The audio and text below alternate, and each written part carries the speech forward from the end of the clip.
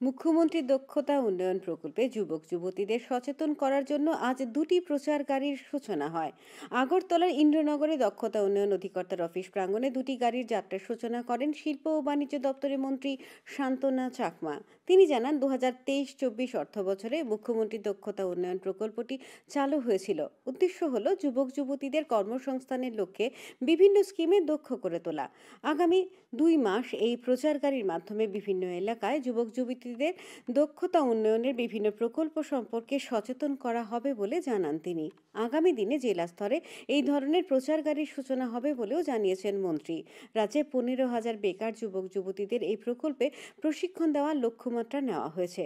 শিল্প ও বাণিজ্য দপ্তরের প্রতিমন্ত্রী বিশ্বকিত দেববর্মা, কর্পোরেটর প্রদীপ চন্দ্র সহ অন্যান্যরা অনুষ্ঠানে বক্তব্য রাখেন।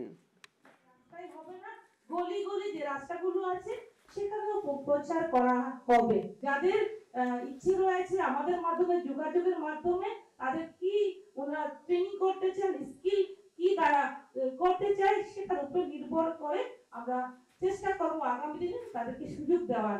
তো আমরা অনেক কিছু করছি, যেমন এই বছরে আমাদের 5,000 আমাদের ট্রেনিং করানো হবে এবং আমি আশাবাদী যদি মন থেকে কোনো একটা জিনিস করা হয়, চেষ্টা করা হয়, তাহলে সেটা সাকসেস করা যায়।